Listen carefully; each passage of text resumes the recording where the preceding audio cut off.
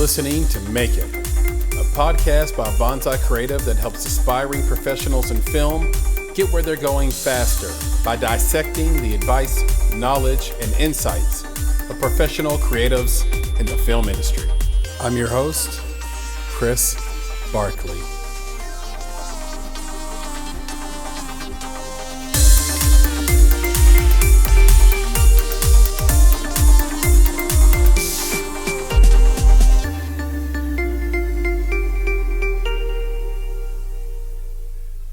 Hi, everyone. This is Sandra Garcia, and I am a marketing, branding, and business consultant.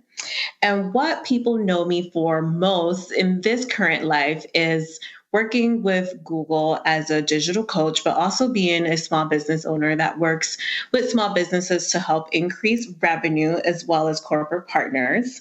And what I'm most excited about right now is the opportunity to work with larger organizations on a diversity, equity, and inclusion capacity to help create opportunities for more people that look like me. Sandra Garcia, welcome to the Make It podcast. Thank you so much. I wasn't sure if I was supposed to respond to that. Well, I certainly don't respond if you're not happy to be on, but I think you are. We probably wouldn't have gotten to this point. So. But thank you so much. I'm so excited for this conversation. So thank you for having me. Anytime. And I want to give this audience a little bit of more background on you. So I'm going to read a little bit from your bio. Of course, this is from the internet, and we know the internet is not always a truth teller. So you can feel free to correct me if anything is incorrect. But I'll start off, and you can just tell me at the end if it sounds about right, or stop me if it doesn't sound right. Sandra's corporate experience includes the following organizations: Clear Channel Outdoor, Time Warner Cable Media, People.com, and CNNMoney.com. Now, as the founder of Encounter Your Potential, Sandra enjoys developing and executing strategies that use marketing as the pillar for achieving business goals and drive revenue goals. As a full-time entrepreneur, her growing list of businesses served include Google, JP Morgan Chase, HSBC Bank Toronto, Vivo, the Howard University School of Divinity, and Capo Consulting.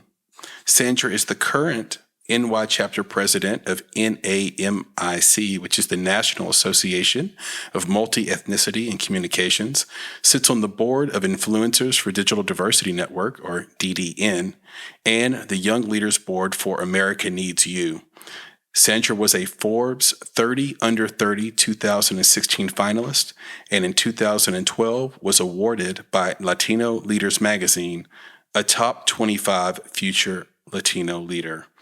And I want to start off, Sandra, by asking you have a quote, and it is, "Trouble is a bubble in a champagne glass." What does that mean to you? Oh, man, the internet. So trouble is a bubble in a champagne glass. I'm definitely a sparkling wine lover, and we can go with champagne. And it is my drink of choice. So that's literally what that means. And if I am going out, that is what I will be having. And fun fact, normal times, right now it would be gala season in New York and several other places. So that was my way of looking classy by drinking a glass of champagne, but trouble by adding a shot of vodka. So I don't know if this is what I should be saying on the show right now, but fun fact, I am human. And it just helps to create conversation starters and to add a dynamic layer to the networking. So yeah, that's literally what trouble in a bubble in a champagne glass is, in addition to me stealing that from Usher's lyrics. You are perfectly fine saying this. We love humans on the Make It podcast. So feel free to be human here. You're an avid athlete and marathon runner, sprinter in college, long distance runner in high school. What is your morning routine? Yes. That depends on the seasons. What I do want to go back and just clarify, I can tell you had an older version of the bio because I am no longer the New York chapter president for NAMIC. I'm the immediate past president. So Mm-hmm. I served a 2-year term. And after my 2-year term as president, for the New York chapter, I now sit on the National Board of Directors. And what I do on now the National Board is advise our 18 chapters in terms of programming and membership support to the larger organization. And then also no longer on the board of influencers for DDN. I sat on the board for about a year, and now I'll be moving forward with the organization in a consulting capacity. Got it. Got it. And Mhm. so thank you for that correction, by the way. And internet strikes again. But you're someone who really believes in the freedom of movement that Yeah. entrepreneurialism has provided you. And so many of our audience are creatives that are living day to day, creating their own schedule. I'm curious what your morning routine is and what you Yes, do thank each you for day. taking me back there. Yeah, no There problem. is no real morning routine. So in the summer, because I'm a warm weather child, I naturally wake up earlier and I also like to get started with a run. So just getting it out the way because something about longer days, especially in New York City, makes me feel like I have to get out there. Now, in the winter, that is a lot harder because it's chilly, so I want to stay in bed. Um, I'm I am definitely a believer in affirmations.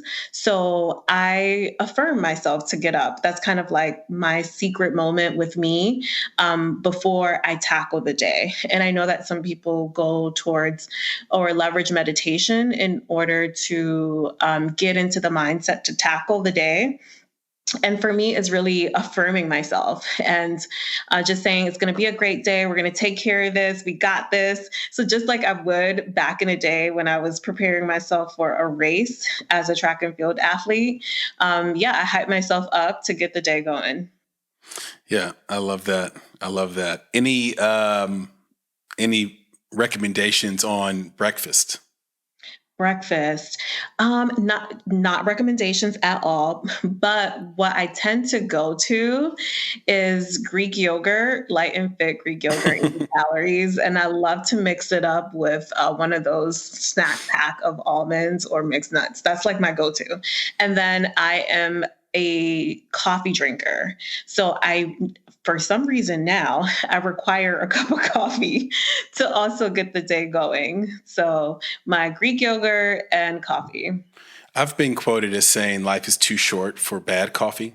Mm. And I am a coffee snob. So not only do I require the cup, but I demand it.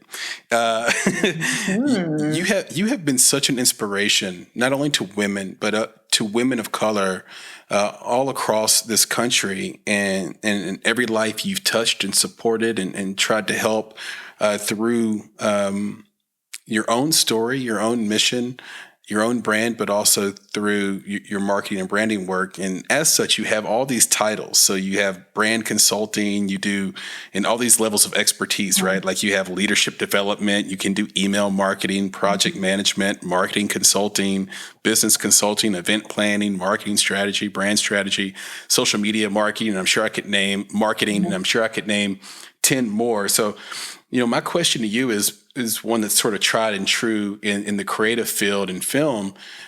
Is it better to be a multi-hyphenate or to be Mhm. known as just one thing? What are the upsides and downsides in your opinion? Great question. So I definitely consider myself a multi hyphenate. You said it's okay to be human, and as humans, we're multi layered. We're intersectional. There are multiple things that we're good at, and that was actually what led to me leaving corporate America. Because in corporate America, I sat within a marketing solutions department. And although I was touching different parts of marketing, I was to focus on just that. But I realized, you know what? I actually have several different loves. I'm passionate about diversity, equity, and inclusion. I love the business world. And I think as a strategist, I think ahead.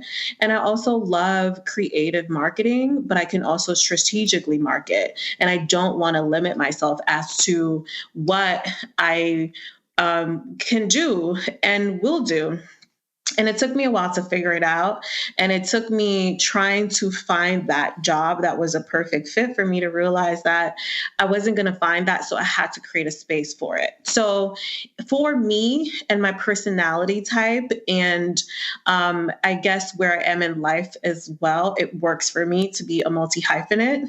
I call it diversifying my portfolio. And especially during times like now when, COVID hit, and you had to just expect the unexpected. You didn't really know what was going to happen from today to tomorrow. It has worked for me because I have different layers of business. And when maybe the marketing aspects of the business isn't moving as aggressively as I may want for it to, the diversity, equity, and inclusion has been booming. And that has led to me having the most successful year so far as a business owner, even during a pandemic. Yeah, that's been fascinating to experience for Nick and I as well, because even though the pandemic's happening, access to us got easier because before we would have to fly to you to speak to you or meet you where you're at or meet halfway, or we'd have to go outside. Now there'd be a cost associated with that. But now you can meet us online. And it's faster. Now, I don't want to replace it because I think there's power to being in person, but it is interesting how there's been certain things that have stuck out about this year and the way we all did a pivot to sort of survive the year. That's been powerful, and things that we won't let go of in the future, even after hopefully the pandemic is over. And I love your answer to that because it really sort of aligns with one of my favorite quotes of yours, which is, there is no passion to be found playing small in settling for a life that is less than the one you're capable of living. So it definitely comes out in that answer. You eat your own dog food as well. For many years, you were sort of someone who is working in these businesses, in these large corporations. And now if you go online, you're definitely out in front of the camera. So can you speak to the transition from having a private persona to a more public one? Yeah. First of all, you did such a great job finding these quotes. Thank you. You're welcome. So just like I would say I'm a multi-hyphenate, I also say that I'm really an introvert, but I'm a working extrovert. And people are always shocked when I say that I'm really an introvert. But I realized that I had to own my brand and my personal brand in order to drive the business. And it took time for that to happen because I'm actually really shy. But at this point, I have trained and I have worked myself to be able to turn it on, but then that also exhausts me. So yes, it's a business necessity because I am the CEO and the CMO of the business, and then also of my personal brand. So I have to be able to drive it. And also the pressures are different.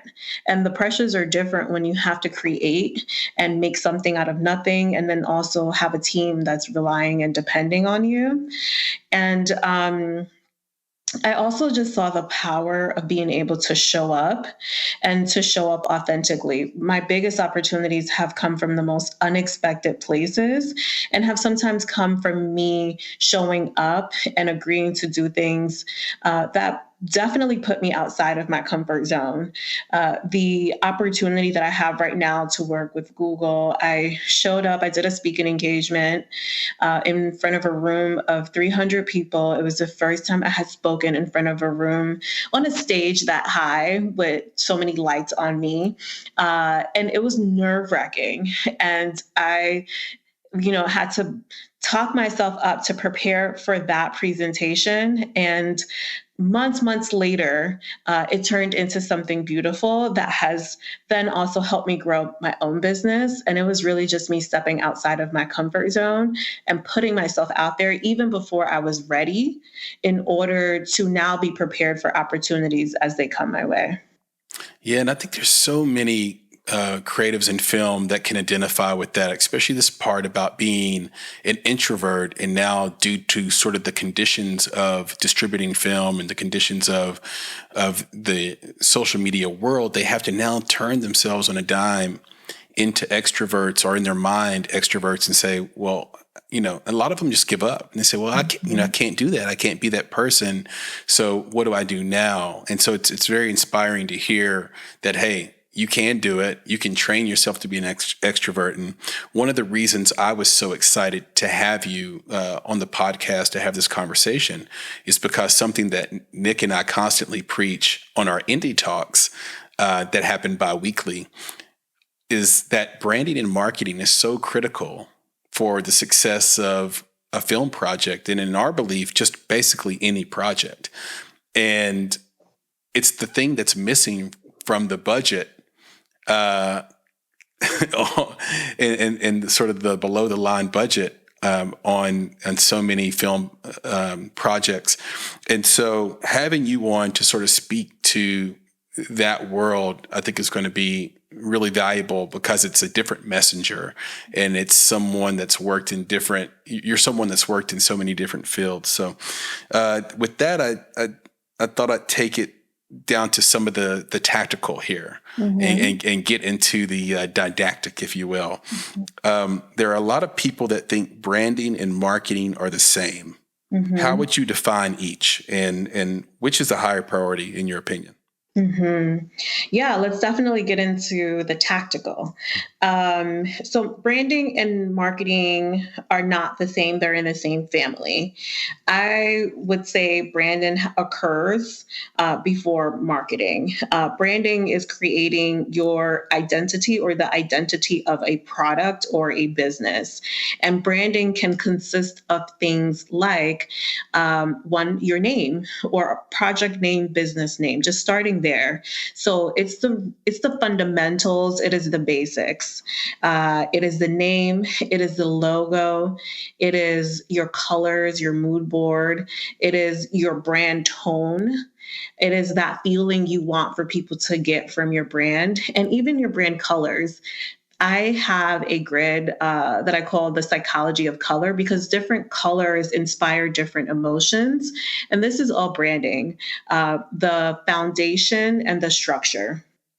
Marketing is now connecting with your audience and getting the business out there, driving awareness, driving consideration. It is now putting this product that exists and that has brand, has brand identity out in front of people in order to get support. So branding is the foundation, and marketing is the way that you get it out there. I love that. Thank you so much. And you mentioned sort of having to train yourself to be this extrovert so that you can manage your own brand. What advice would you give someone, and what would you consider maybe instead of advice, let's say, what would you consider is the first step in branding and marketing your own skills and assets so that you can sell a product, let's say, or sell a film, or sell something creative? Yeah, that's a powerful question, actually. And the first thing I would say is to own it. Whether you are intentional about your personal brand, or whether you ever thought of yourself as a brand, we are all brands. And I like to share with as many people as I can that the first name brand that we ever represent before attachments, before companies we attach ourselves to, before businesses that we build, before partners and friends and family. Family, we need them to get here, but it's our own personal brand. It's our own name, your first and last name. That is the first name brand that you ever represent. So it is important to own it and to be aware of it and to be intentional about how you showcase your brand, especially if you are a creative genius and your creative genius is dependent on you showing up and presenting. So I think that's first, being intentional and aware of how you want to be presented. And being intentional and aware then is now creating clarity for what do you want your brand to represent? If you are a creative, what kind of creative? And what is it that you want for people to think of you as and know of you as? So if someone were to say to me, oh yeah, do you know that guy, Christopher Barkley from he has the podcast, and, that aha moment when people respond and say, oh yeah, I know Chris, I know him from Tennessee, or I know him from DC. I met him at that event in LA. That's your personal brand working. And when we are in creative spaces, our brand perception and that image that we create in people's minds sometimes leads and influences decisions that are made about us and opportunities that come our way when we're not even in the room. Yeah, I think that's really brilliant. Something I used to tell my kids when they were much younger, and if they had a bad day at school or misbehaved or something like that, I would always pull them to the side and say, hey guys, we all have the same last name. Absolutely. And absolutely. Yeah. And that was well before I got started with Nick and Bonsai. So even in that sort of natural, organic sense, I think we all have an understanding that brand and personal brand is really, really important. Mm-hmm. I want to talk about the differences of importance between a branding strategy and execution, because oftentimes we'll separate those two as two different types of things. But I think a lot of times the client or the creator looks at them as the same. Mm-hmm. So talk to us a little bit about the importance of those differences between a branding strategy and an execution. Mm-hmm. So I say the strategy is the plan and execution is how you're going to do it. So, for example, right now we are in November. We are approaching the end of 2020. Boy, has 2020 been a challenging year. If you entered 2020, okay, so here's another way that I like to position it as well, because at the beginning of each year, people love to host vision board parties and create vision boards, especially women. We love it.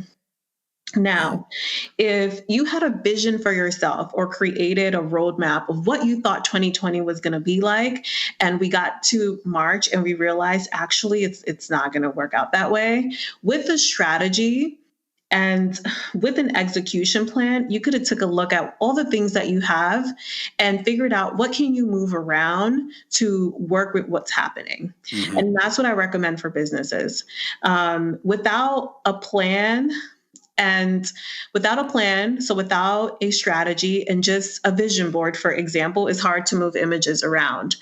So I recommend that people strategize with a roadmap, and a roadmap can be 12 months of the year laid out. Mm-hmm. For every month of the year, then outline 4 different weeks. And then for each week within a month, lay out what are things you're going to accomplish. Create a strategy that consists of a plan. Go from long view to granular. So 12 months, you can either break it down into quarters, so 4 quarters, and then 3 months in a quarter, and then break it down by 4 months in 4 weeks in a month.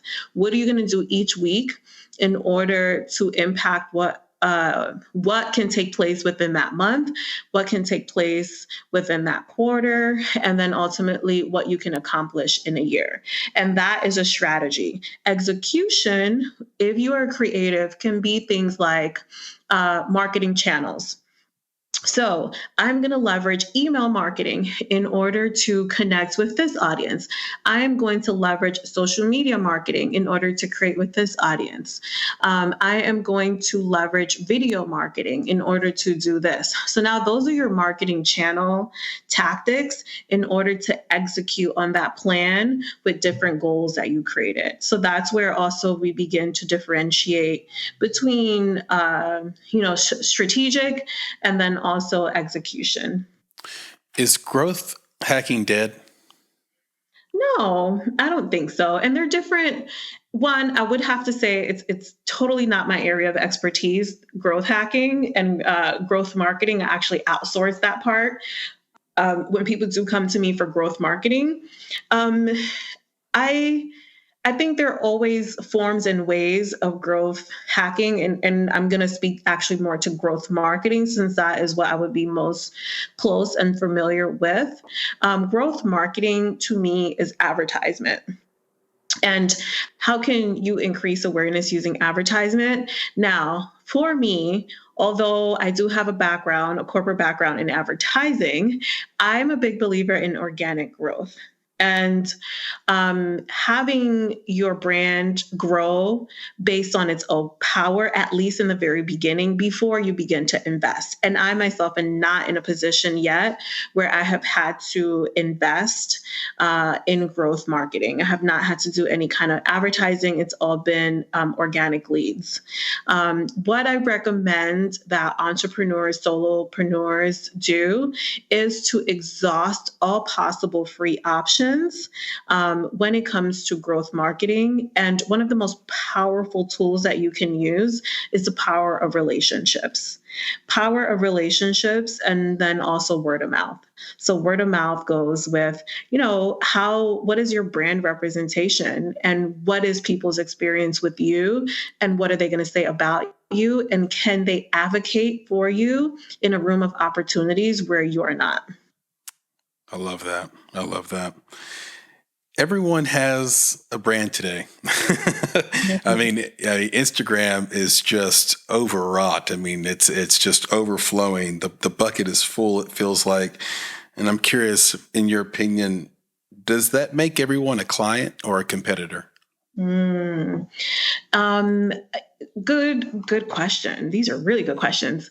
I would not say a competitor. What I actually would say instead is that every touch point and every opportunity is an opportunity to prove value.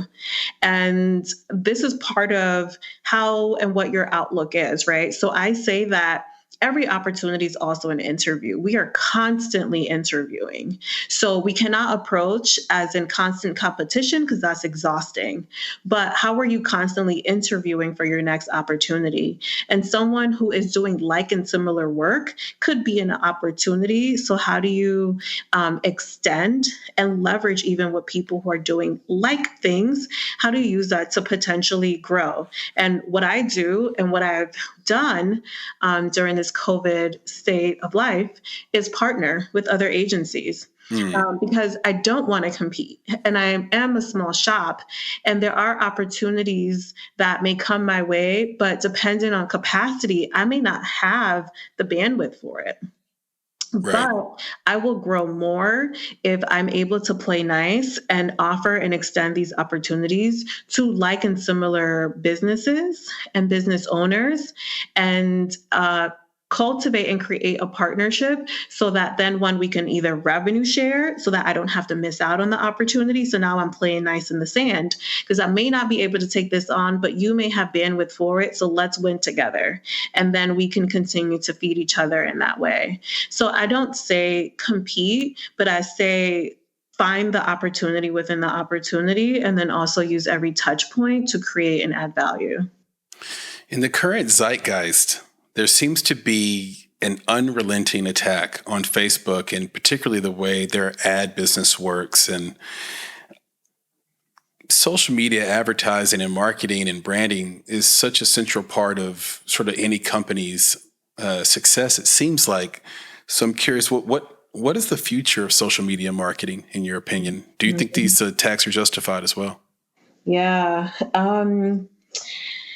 Social is ever evolving. Who knew that it would become what it is today? I was in college. I don't know how, whether I'm going to tell my age or expose my age right now, but I was in college when Facebook came out. And I remember how it started and to see how it's evolved, and now to also even look at my own consumer habits. I think it's here. We crave some kind of social engagement, and there's also an addictive quality to social, which we humans feed. But then also these social platforms are created in a way where they kind of drive and inspire addictive behavior. An addictive behavior because we get a high off of likes, we get a high off of views, we get a high off of seeing that we're capturing people's attention, and we crave that attention, human nature, and that is part of what drives it, and that is how advertising works. Advertising is based on viewership, it's based on impressions. I think social is here. Social in the past used to happen in a different form. I always say that the most powerful form of marketing that will never go away, no matter whether TikTok is here, taken away, Vimeo, Snapchat, no matter what new platform comes around, is word of mouth marketing, because it also happens in the digital virtual space as well. If we leave reviews after we visit a restaurant, or even if we see someone was there and we leave a comment, like that's word of mouth marketing right there, which is why influencer marketing has been leveraged so much. So I think it's here. I think it's going to evolve. How we as people socially engage continues to evolve. And with that, social media marketing is going to take on new forms. And right now that form is Facebook, Instagram, Twitter, and LinkedIn, which I think is a great social platform that goes underutilized by business owners and creatives. But it's here. Yeah, and Nick and I have always said the holy grail of marketing is word of mouth. It's really the number one way to move someone's attention and move someone's opinion on a thing. And it can bite filmmakers in the butt sometimes. And it's something that I've sort of gently criticized some of the creators in the space for, is that when their friends are doing a project, you need to go on IMDb and you need to rate it. Be fair, but you can put a little icing on it, because no one else is going to help an independent filmmaker, right? It's not a Hollywood film that's going to be driven by millions of dollars of marketing behind it, right? So if you thought the movie was a 6, go ahead and give it an 8, right? There's nothing wrong with that, because it's a really small window that these films are operating in. Instead, what happens, Sandra, is that they go in and rate it a 3. Or a 1. And it's like, these are the people that are in your field trying to make this a better place where everybody can make more stuff, get paid more. And I just think that's a shame. And then I think the other thing is we have to also support each other, right? Everyone on social media says, I'm doing this and I'm doing that, but then you look at the receipts and they didn't go out and buy the stuff. They didn't go out and watch the stuff. So I think that's so critical. So I appreciate you saying that. Sort of in that same vein, there's a lot of different avenues and places to go. And I find it fascinating to try to do the math around it, because you can place ads on Facebook, and you can, through Facebook, you're placing ads on Instagram. You can place ads on Pinterest. You can place ads on LinkedIn. You can place ads on Snapchat and TikTok. So I'm just wondering, from your experience, what do you think is the best value per dollar in social marketing? Yeah, that is another great question. And I would say that's not my sweet spot. But what I would say is that knowing your audience and looking at data will help you make informed, data driven decisions about your business. And also, there is no right there is no perfect recipe. I call it the recipe, right? So, depending on who you are, depending on what your business is, you might require a little bit more salt, a little bit more pepper. Depending on the season, your recipe mix may require something different. Um, 2020 is a perfect example of that. If you were doing some form of maybe guerrilla marketing, in-person marketing, event marketing, you had to change your recipe mix and do a little bit more digital marketing. So everyone's business and everyone's exact recipe mix will be different. But to get to that one, it requires knowing your audience, knowing where they're spending time, so you can also figure out where to engage them. And then also experimenting and seeing what works, what doesn't work, experimenting with seasonality. If you live in a place like New York, like I do, we go through different seasons. And so, since we are speaking to an audience of creatives, for example, in the summertime, people are a lot more active. And I saw how businesses shifted their business model in order to be able to engage. There was a lot more outdoor entertainment. Usually in the winter, we would consume a lot more indoor entertainment. That has now changed because of COVID. So I think people will be going online. The demand for entertainment is still there. It's just how people will consume. So Broadway, for example, we can't go to a Broadway show, but people who loved Broadway a year ago don't all of a sudden not love Broadway. They may still want to support, and how they support will be different. So I really think that it's important to know your audience, and try to place yourself in the environments in which your audience is naturally consuming and engaging. And then also be mindful of things like seasonality, time of day, also really just knowing your audience and what could be happening within their lives as well. Yeah, I love that answer. And the more specific your audience is, in our opinion, the easier that process, really is. You are, I should say, someone who, just by living your life and being the entrepreneur and sort of superwoman that you are, I think inspire a lot of people that you're around. And whenever I see someone who's truly inspiring, I always think, well, someone inspired them first. So looking at that and from that lens, what are the two best pieces of advice you've received so far in your career? And who did they come from?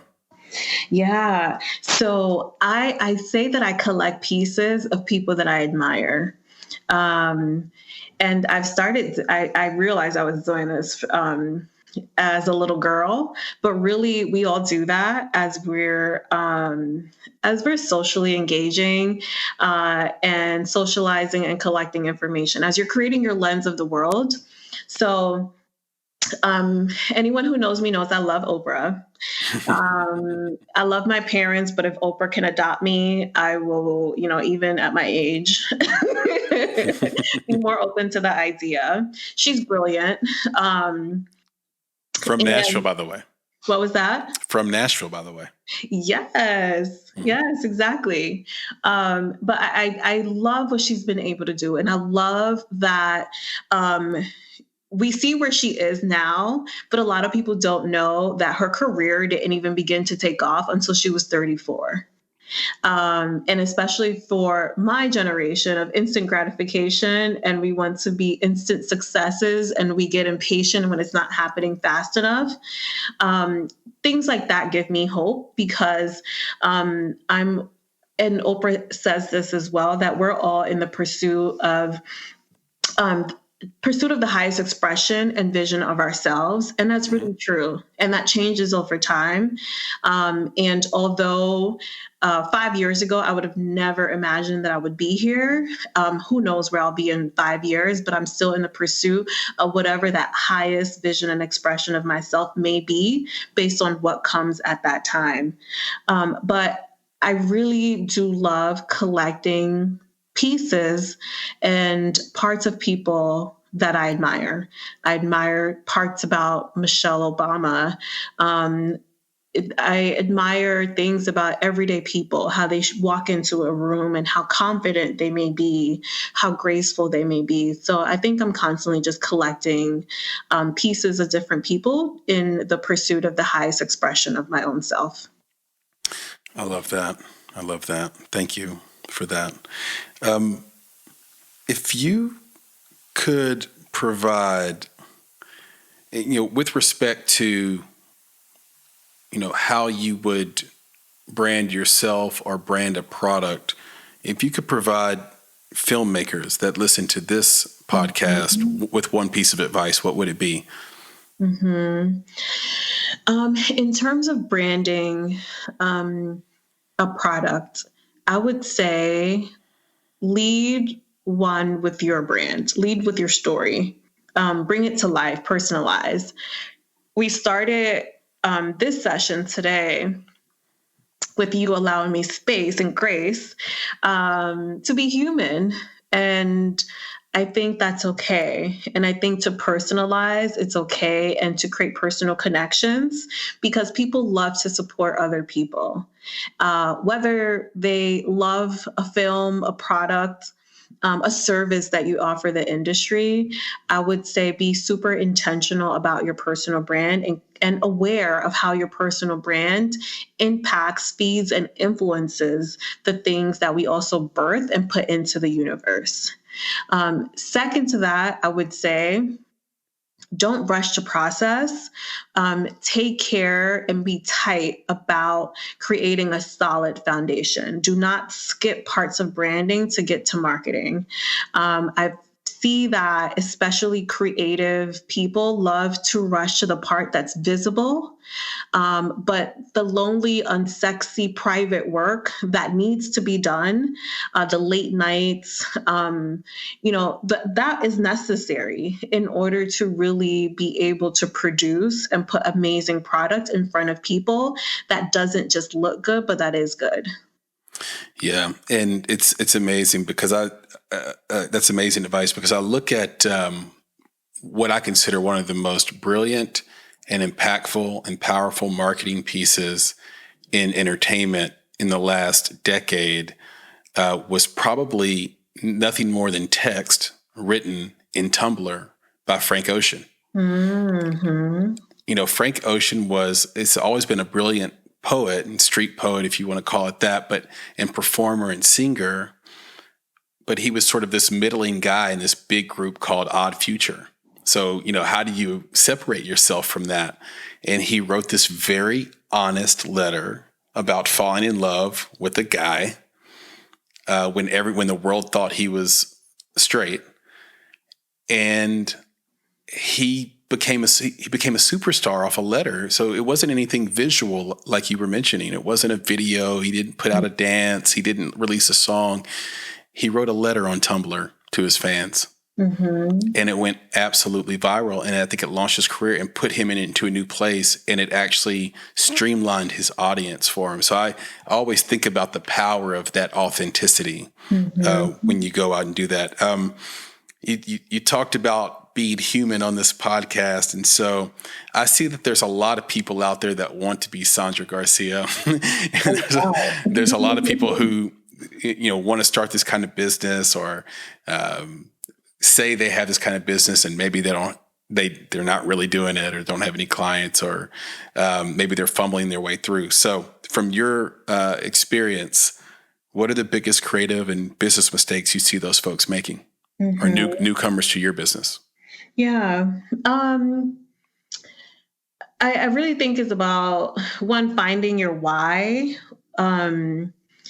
I say that, and I say this to my girlfriend sometimes, that people love to see the highlight reel, and people love to see the end result. But people are so uninterested to hear when I'm like, I'm tired. I've slept, 4 hours in the last, like, it's unhealthy. Yes, I haven't worked out as much as I want to. These are the things that are, don't get as much attention. And those are the things that sometimes people don't even care to hear about. But those are the things that lead to sometimes the highlight reel and the results that people love and enjoy to see. But there's a lot of back work. I would say it's important to understand your why you're doing certain things, because there are a lot of moments where you can even question why you're doing it. And the pressure is high. And depending on how much you want to grow, with more growth, with the bigger the brands and the clientele that I bring in, the more the pressure.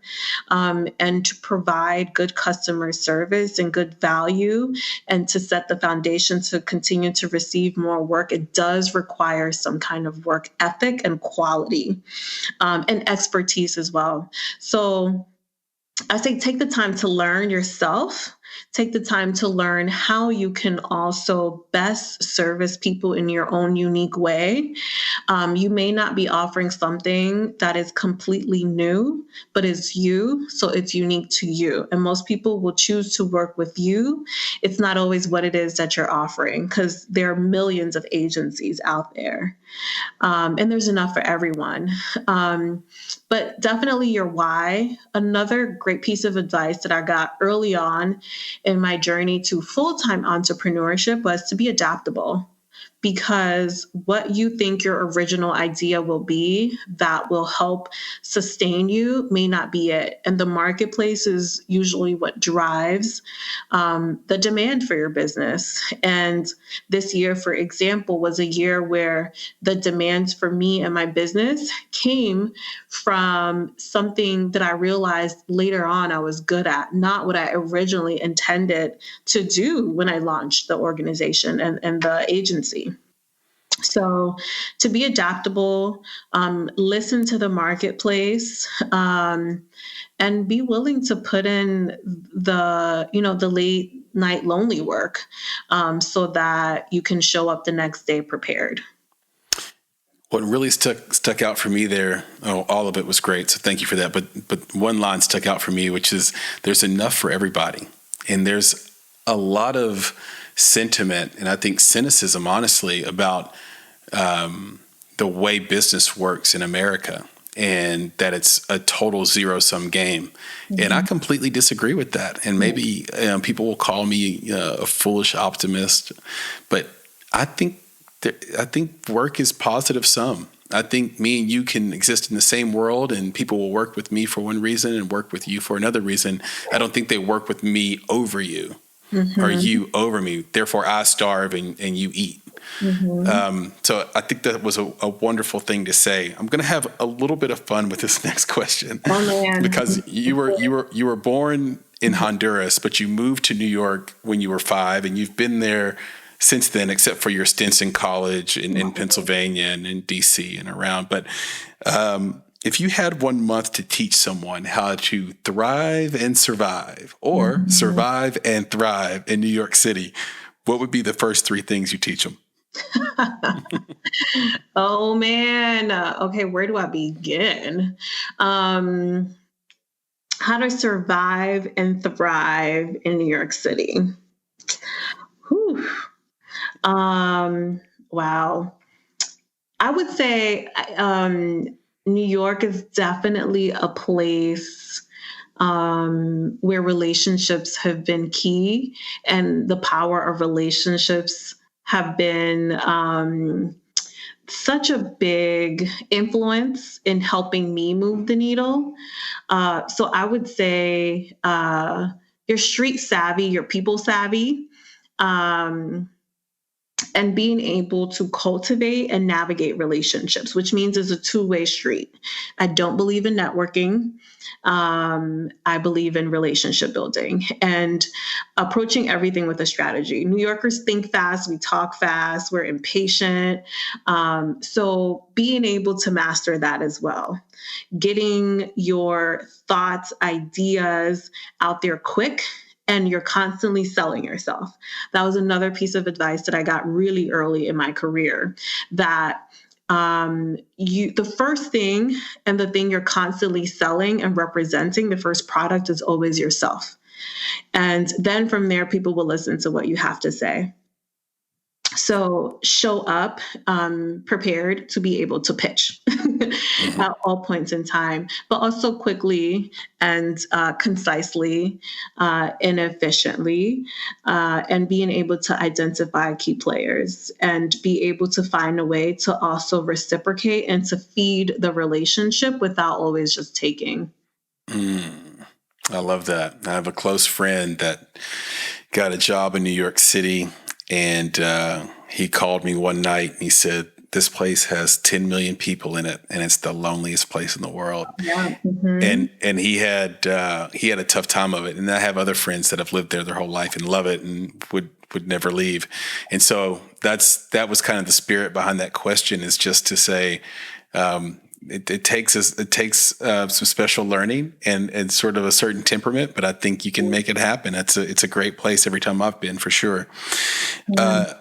Sandra, you've been such a great sport. You've been such a wealth of knowledge. This has been a blast for me, and I hope for this audience. Can you tell everybody where they can find you on the internet and on social media? Yes, on the internets. So one, thank you so much. Thank you for creating space, and thank you for the time. Any opportunity to be able to share a little bit more about myself and my journey, I appreciate it.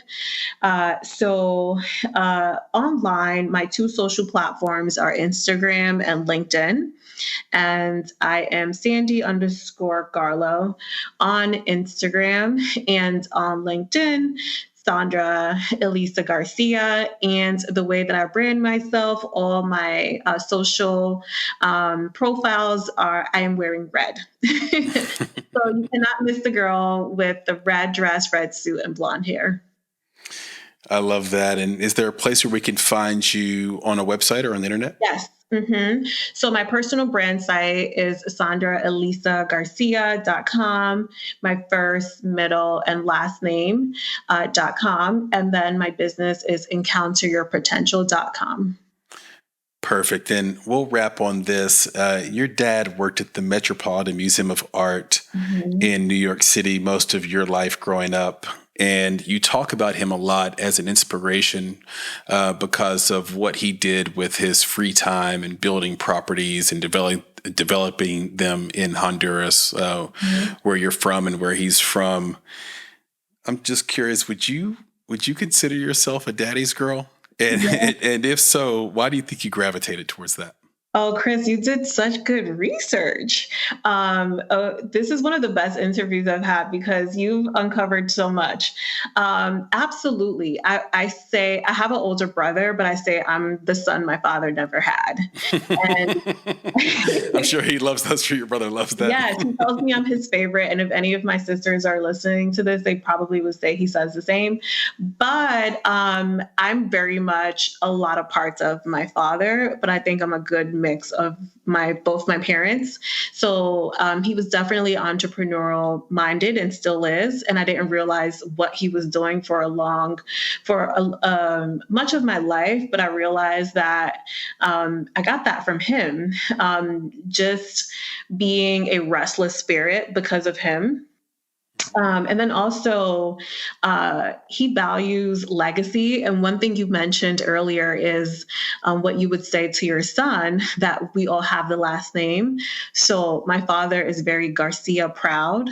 How we present, how we show up, and what people see, view, and how they experience us as a family was something that was reinforced growing up. So very proud. And then also, that's personal branding, and that was personal branding before I realized what it was.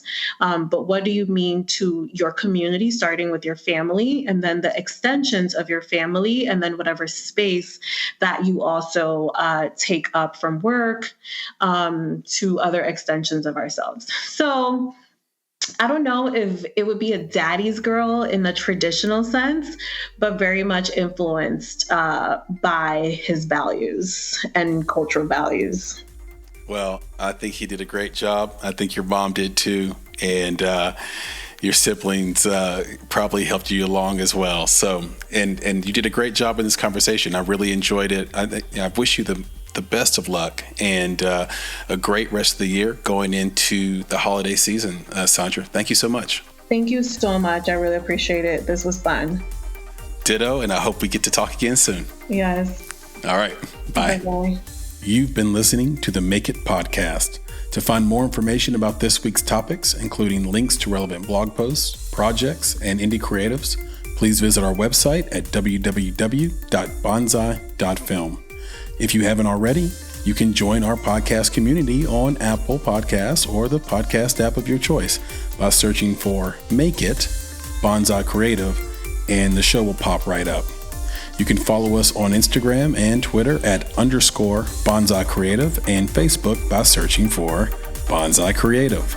And of course, if you're looking to take a big step towards your filmmaking success, go to www.bonsai.film and click on Book Us to schedule a free discovery meeting and needs assessment.